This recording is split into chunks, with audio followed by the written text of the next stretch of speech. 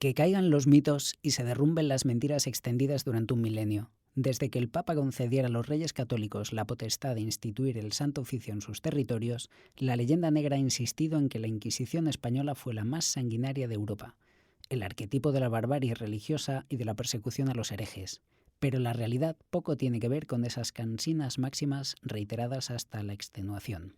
Así lo explica la doctora en Historia Mercedes Temburi Redondo en La Inquisición desconocida, el Imperio Español y el Santo Oficio. En este concienzudo ensayo, la investigadora defiende que el Santo Oficio no actuó solo por motivos religiosos. Eso es una suerte de simplificación. La Inquisición era también un instrumento político que ayudaba al control del Imperio Español y una suerte de agencia de espionaje de la monarquía hispánica. Pero no son las únicas novedades que trae. Tras un concienzudo análisis de documentos de primera mano, Temburi ha cuantificado el total de sentencias de muerte que dictó este tribunal y ha corroborado que fueron escasas y extrañas. En este episodio nos explica los pormenores de su investigación en el podcast de historia de ABC. Soy Manuel Pérez Villatoro, redactor de Historia de ABC. Y yo soy María Romero, redactora de podcast. Hoy, en Estamos en la Historia, las mentiras que la leyenda negra virtió sobre la Inquisición española.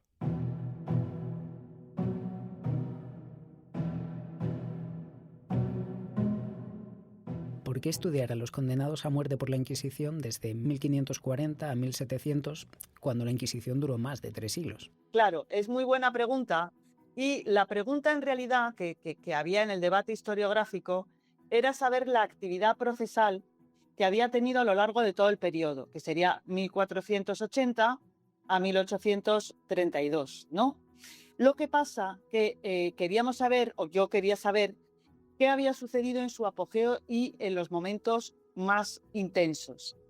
Uno de los que había dado números globales, pero irreales, era Juan Antonio Llorente, el afrancesado. Y el problema histórico era evaluar la actividad total, que era difícil, por cómo sabes tú, porque se habían quemado archivos durante la invasión napoleónica. Pero entonces, a finales de los 70, Henningsen y Contreras descubren que hay un objeto burocrático que se llama relaciones de causas, que eran los resúmenes que mandaba cada tribunal a la Suprema al año, con todos los casos que habían juzgado. Eso lo descubrieron en el Archivo Histórico Nacional. ¿Qué pasaba? Que de 1480 a 1540 no hay, y de 1700 en adelante tampoco hay. Pero lo que me pasaba a mí es que yo iba a estudiar las condenas a muerte, y a partir de 1700 prácticamente no hay condenas a muerte. Entonces, solo me faltaría el periodo 1480 a 1540. Es decir, que me parecía que este periodo de 160 años, con los resúmenes que había de las causas, era suficientemente revelador e ilustrativo de la actividad del tribunal, ¿sabes? Y encima se podía hacer una extrapolación, hacia atrás, en que, pues, si hemos contado 45.000 procesos, que en el total de la existencia de la Inquisición hubiera 90.000 y unas 3.000 condenas a muerte, ¿no? Que eso es lo que hacen, yo creo que Kamen y Eliot y otros. O sea, lo que te digo es porque tenía relevancia y contenido suficiente, sería la respuesta, ¿no? Y la verdad es que los datos me llaman la atención, ¿no? Los datos que pones sobre la mesa. Hablas de unos 44.000, 45.000 procesos durante este tiempo y solo 1.700 condenas a muerte. Yo creo que ya los datos nos dicen de verdad lo que era la Inquisición, ¿no? Exacto. O sea, lo que me impulsa a postular que fueron operaciones quirúrgicas y que el interés del tribunal fue más informativo que puramente represivo. Es decir, que era un instrumento de vigilancia que le permitía acumular una cantidad enorme de información, porque en cuanto a número de muertos, fijaros que solo en una noche de agosto, en 1572, en Francia, fueron asesinados 13.000 protestantes en la noche de San Bartolomé, 3.000 en París y 10.000 en el resto de Francia. En el Sacro Imperio Romano Germánico se quemaron 30.000 supuestos brujos. El último proceso por brujería en España con ejecuciones es en 1613 y se ejecuta en Zugarramurdi, se ejecuta a 6 personas, y sin embargo en Estados Unidos en Salem es un siglo más tarde. O sea que Ricardo García Cárcel dijo que está pendiente de escribir la historia de la intolerancia religiosa en Europa. ¿Qué nos ha pasado? Que la fortaleza y la debilidad de la Inquisición española es su gigantesco acervo documental. El tema es que la represión religiosa en Europa se hizo muchas veces sin papeles y sin proceso formal. Por eso se piensa que no hubo represión. Pero eso es falso. Es decir, basta citar, por ejemplo, la persecución contra católicos en Inglaterra o en Suecia o la intensa represión calvinista en Ginebra. Aquí también te quería, que lo has comentado, ¿no? Preguntar a qué se refiere a qué te refieres con que la Inquisición fue un instrumento político que ayudaba al control del Imperio Español. La verdad es que es curioso, ¿no? Porque después de leer el libro da la impresión de que era una especie de la CIA, ¿no? De la Edad Media. Exacto. Yo, la conclusión de mi estudio, o sea, yo lo que cogí fueron todas las condenas a muerte por delito religioso, que además he visto que solo se condenó por criptoislamismo, criptojudaísmo y criptoluteranismo, y por delitos sexuales en la Secretaría de Aragón. Pero es que yo lo que buscaba es si esos condenados además tenían delitos de la justicia ordinaria, para ver si no solo eran, como si dijéramos, disidentes religiosos, sino delincuentes comunes. Y en un tercio de los casos encontré que así era. Es decir, que la conclusión es que el Santo Oficio era más severo cuando el contexto bélico y político amenazaba a la monarquía y a sus territorios. O sea, contra los moriscos por la amenaza otomana y de Argel, contra los luteranos por la guerra contra Holanda e Inglaterra y contra judaizantes por la guerra financiera con Holanda. Fíjate, por ejemplo, que yo creía que los musulmanes no habían llegado a América y recientemente he visto que sí, que hubo varios moros en los barcos de la trata de esclavos a Cartagena de Indias. Pues en Cartagena de Indias solo se procesó a 2 criptomusulmanes. Claro, porque en Cartagena de Indias los moriscos no eran una amenaza, puesto que no tenían una potencia enemiga que los pudiera movilizar. Y yo te diría que para mí fue una central de inteligencia, además, porque podía actuar en todo el territorio en gran parte sin considerar fueros o particularidades, que son muy propios del antiguo régimen, ¿no? Y también he pensado que fue como una Guardia Civil, pero esto ya lo había dicho Miguel Artola, y un tribunal de asuntos internos contra los propios clérigos, cuando se comportaban mal, ¿no? Hablas de criptomusulmanes, criptojudíos. Explícanos un poquito lo que son, por favor. Pues, o sea, la Inquisición solo tenía jurisdicción contra los católicos bautizados. No podía juzgar a otra persona porque no había delito de fe. Entonces, el cripto quiere decir judío a escondidas, musulmán a escondidas o luterano a escondidas siendo católico bautizado. Y además hay que tener en cuenta que en América no tuvo jurisdicción sobre los indígenas porque se consideraba que al ser nuevos en la fe no podían ser herejes. Hablas también, que nos comentabas hace un minuto, de los logros de la Inquisición, por así decirlo, de esa idea de que la gente prefería un tribunal de la Inquisición a un tribunal ordinario, ¿verdad? Pues mira, me parece que diese ejemplos, o sea, yo diría que hay que tener en cuenta también una cosa, como ventajas, hay que tener en cuenta el contexto de intolerancia religiosa de la Edad Moderna. Es decir, yo no digo que sea una ventaja, como si dijéramos en abstracto, digo que en un contexto de intolerancia religiosa, la existencia del tribunal suponía como si dijéramos una instancia superior. Por ejemplo, evitó, aunque dicen que se hizo para luchar contra los judíos, se hizo para establecer un proceso contra los judaizantes, porque hay que recordar que a finales del siglo XIV había habido enormes pogromos y linchamientos de judíos en toda la península. Y cuando se vuelven a reproducir tensiones contra los judíos, lo que los reyes católicos les decían, bueno, usted está acusando a su vecino de judaizar, pero usted va a declarar en un tribunal y ya verá el tribunal si eso es cierto o si es mentira, ¿no? Entonces, con respecto a las ventajas, que diría yo que evitó pogromos y linchamientos de judíos, evitó las guerras de religión, que en el resto de Europa fueron terribles, y cohesionó los reinos, salvo en Flandes y Holanda, acabó con las condenas a muerte por brujería, después de Zugarramurdi. En algunos casos permitió a los esclavos, sobre todo a los esclavos africanos, quejarse de sus dueños si les impedían el acceso a los sacramentos. Y, por ejemplo, en cuanto a ejemplos de gente que prefiriera los tribunales inquisitoriales a los ordinarios, voy a poner dos. En 1647 hay una revuelta en Sicilia contra la subida de precios y todas las instituciones del poder hispano son atacadas, curiosamente, salvo la Inquisición. García de Trasmiera y López de Nueros, que son los inquisidores, no fueron atacados y sirvieron de interlocutores entre el poder y el pueblo sublevado, que los llegó a sacar a hombros.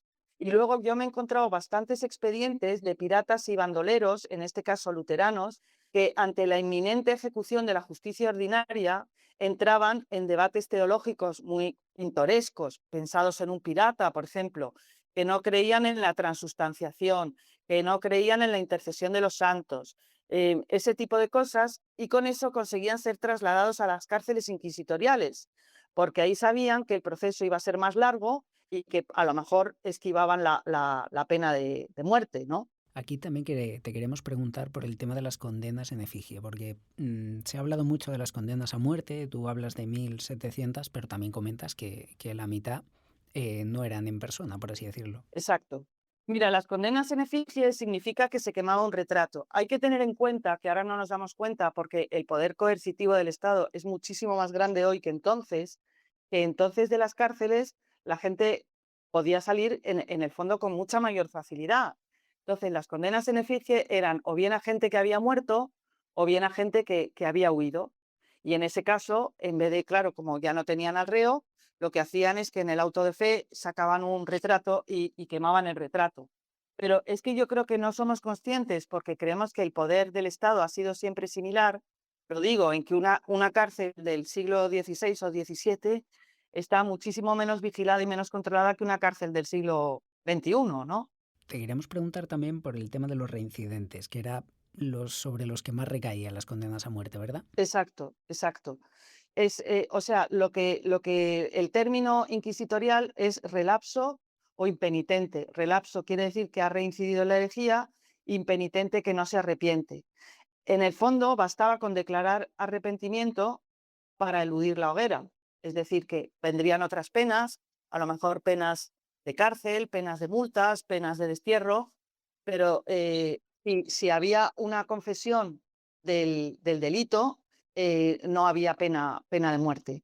Y la última que te queríamos preguntar era los grandes mitos todavía que nos queda por destruir sobre la Inquisición y que ha generado esa leyenda negra al final, que la verdad es que hablamos constantemente de ella, pero es muy recurrente, pero no por ello es que no exista, es que ha sido muy insistente a lo largo de estos siglos. Claro, ha sido muy insistente porque también hay que tener en cuenta, Manuel, que claro, es que a ello ha contribuido los medios de propaganda antiguos, que eran desde los grabados a la ópera, a la gran literatura. O sea, Dostoyevsky escribe El Gran Inquisidor, Goya está pintando autos de fe que no ha visto, o sea, lo que Goya pinta se lo imagina.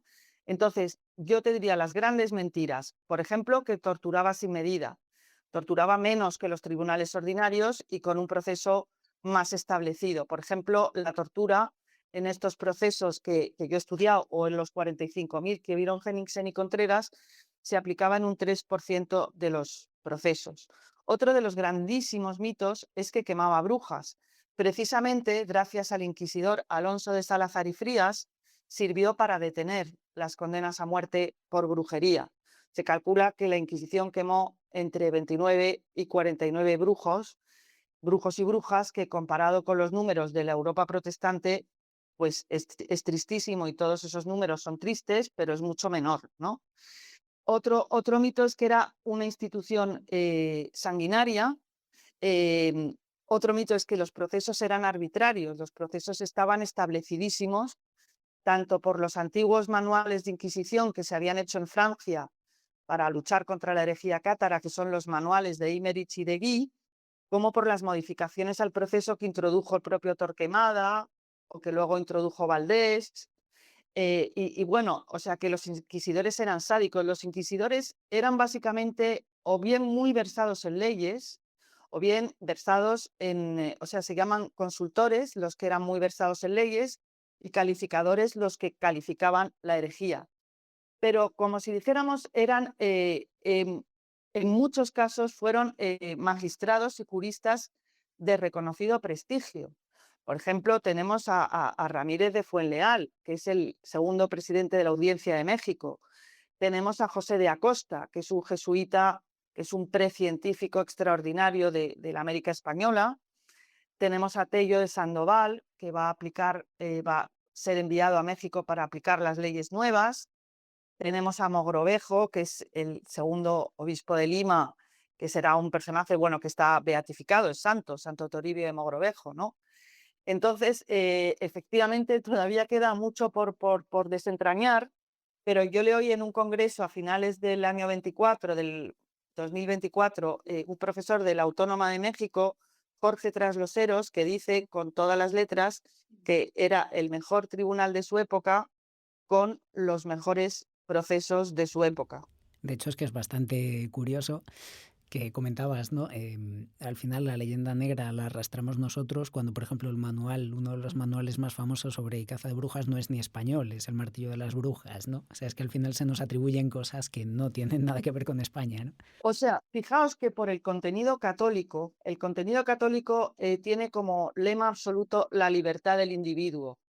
Y el manual de la caza de brujas pretendía que había una marca del diablo que te predestinaba al comercio con el diablo. Eso desde el punto de vista católico es insostenible, porque eso significaría que el hombre no es libre. O sea que ya, como si dijéramos, por el propio contenido católico, todo lo que tenía que ver con el Maleus Maleficarum, con la predestinación a ser bruja, con la marca del diablo, todo eso parecía absurdo. Es que nos creemos, por eso te digo, tenemos la imagen del inquisidor sádico, pero un inquisidor era más bien un gran escéptico. O sea, como ahora en los procesos de santidad, ¿sabes? Que son los abogados a la contra. O sea, por ejemplo, cuando revisan los escritos de Santa Teresa, bueno, los revisan desde el escepticismo, ¿entiendes? O sea, también hay, en el caso de Santa Rosa de Lima, interviene un poco la Inquisición, pero porque muchas veces todos esos procesos de iluminación o de visiones eran tremendamente escépticos con ellos, ¿no? Y querían aquilatarlos y querían realmente dimensionar si eran ciertos o si eran pretensiones supersticiosas, ¿no? Pues muy interesante. Esperamos que hayan disfrutado nuestros oyentes con Mercedes Temburi, a la que le damos las gracias por haber estado hoy con nosotros en Estamos en la Historia de ABC, y esperemos que su libro siga vendiendo como está vendiendo hasta ahora. Muchísimas gracias, Mercedes. Muchas gracias a vosotros. Encantada.